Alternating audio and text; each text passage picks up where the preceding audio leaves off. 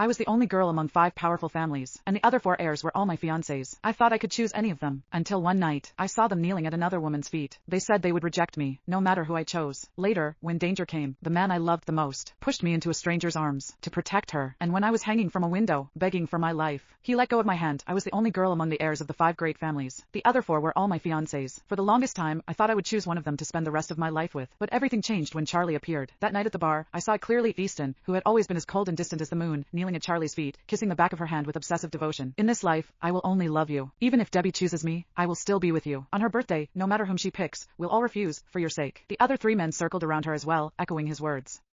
Charlie's eyes shimmered with tears of gratitude. If Miss Debbie ever finds out that her car accident on the day of the Design Gold Award happened because of me, I'm afraid she'll blame you all. Easton gently wiped the tears from her face. Connor, eager to prove himself, rushed to add, she already has more than enough. It's just a design award. You're the one who truly needs it. My hand instinctively pressed against my chest. Design had always been my dream. If I had won that award, I could have gone abroad to study design. But because Charlie wanted it, I was forced into that accident. She was nothing more than the daughter of a servant, yet she had managed to win over all 4 of them. I couldn't understand where I had lost. I felt as though I had fallen into an ice cellar. At that moment, a drunken man suddenly stumbled up to Charlie. He grabbed her wrist tightly, refusing to let go. The others, afraid of hurting her, could only hover around anxiously, warning the drunk without daring to act. That was when Easton's gaze found me.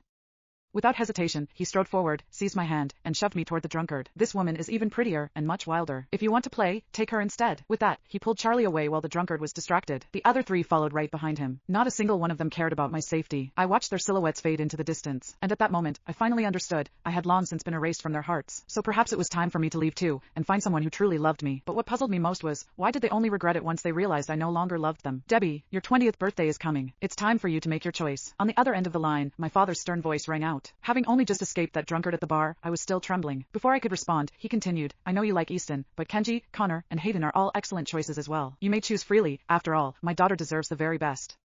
His tone softened as he spoke, but my eyes instantly burned with unshed tears. He didn't know. He had no idea what they had just done to me. I thought of the way they looked at me, gentle smiles on the surface, yet hiding their disgust underneath. My breath hitched, and I drew in a steadying breath before answering firmly, Dad, I want to choose Martin Adams. What? Dad's voice rose in shock. Why would you choose Martin? He's far too frivolous. I can't entrust you to a man like him. His voice carried real concern. Our Sinclair family doesn't need you to sacrifice yourself. Just choose the husband you love. Weren't you always happiest trailing after Easton? Yes, he may be calculating, and you'll need to guard yourself against him in the future, but even then, he's far better than Martin. I lowered my eyes and gave a bitter smile. Dad still saw them as the boys of our childhood. He didn't know that everything had changed the moment Charlie stepped into their lives. Once, the 4 of them had surrounded me, laughing and quarreling with me each day.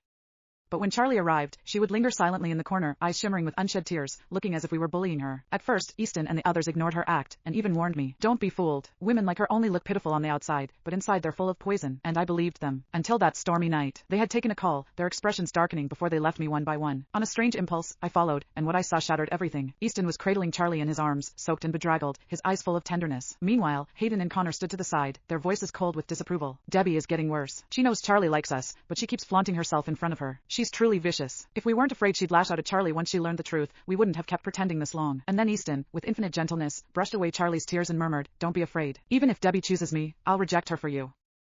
None of us will ever agree to her proposal. At that moment, the truth struck me like lightning. They had long since been captivated by Charlie's tears. All that affection toward me had been nothing but a performance, to keep me from hurting her. I broke down and wept, unable to bear it. Days later, still heavy with grief, a friend dragged me to a bar. And there, when danger struck, Easton shoved me into the arms of a drunken stranger, just to keep Charlie safe. It was then, and only then, that I truly believed. I no longer had a place in their hearts. Snapping back from my memories, I gripped the phone tightly and declared with resolve, I've made up my mind. On my birthday in 7 days, I will go abroad and marry Martin. Thinking of how Martin might react, I added, you and Mom should go overseas first and arrange the ceremony. As for breaking off the engagements with the other 4 families, I'll handle that myself. My decision was final. There was a long silence on the other end of the line before Dad finally agreed. Exhaling, I turned my thoughts toward the preparations for the banquet 7 days away. But just then, a sudden noise sounded at the door. My instinct screamed, and I ducked into hiding. Easton, are you sure it's all right not to save Miss Debbie? Charlie's timid voice broke the silence. Hiding behind the curtains, I clearly saw the fleeting flash of triumph in her eyes. Easton let out a cold laugh, his tone indifferent. She's treated you terribly so many times. This is nothing more than a small punishment. Besides, her skin is thick enough. Getting roughed up a little won't kill her. Connor smirked and added disdainfully, she has offended too many people. If something really happens to her, it's her own karma. Charlie, you're too kind. For someone as vicious as her, even death would be well deserved. My pupils contracted sharply. Not only was I no longer in their hearts, they even hated me. They wanted me gone. Pain twisted in my chest, and I bent over as if struck. Charlie's lips curved into a hidden smile, though her voice remained pitifully soft. No matter what, the young lady is still your fiancé. In 7 days, she'll officially marry one of you. For my sake, you pushed her toward that drunkard. I'm so touched, but I'm just the daughter of a servant. Her words faltered delicately, her lashes trembling. I'm just afraid, once she returns from the bar, she'll retaliate against me. If it were only me, I wouldn't mind. But what if she targets you instead, just because of me? Her eyes glistened with tears, full of fear and concern as she looked up at them. The men melted instantly. They pulled her into their arms, their voices dripping with comfort. We won't let Debbie hurt you again, don't worry. Everything she suffers is of her own making, it has nothing to do with you. Connor thumped his chest with conviction, his gaze was tender. The Sinclair family may be one of the 5 great clans, but they can't withstand the combined might of the remaining 4. If Debbie dares to lay a hand on you, his tone darkened, then we'll destroy the Sinclair family first.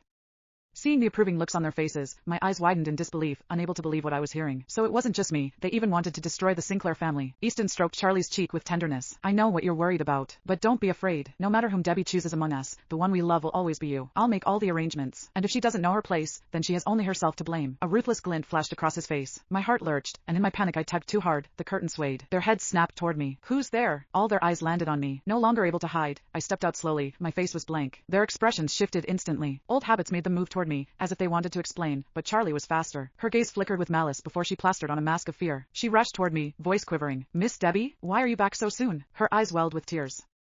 Miss, you're not hurt, are you? Please don't misunderstand. When Easton pulled you toward that drunkard, it was only because the situation was urgent. It should have been me who took the blow for you. Her voice broke as she sobbed. Don't blame them. It's all my fault. Let me apologize. Without waiting for my response, she lunged forward. The window behind me wasn't closed. Her sudden shove sent me reeling backward, my balance slipping. Ah! Charlie screamed shrilly. Instinctively, my eyes darted to Easton.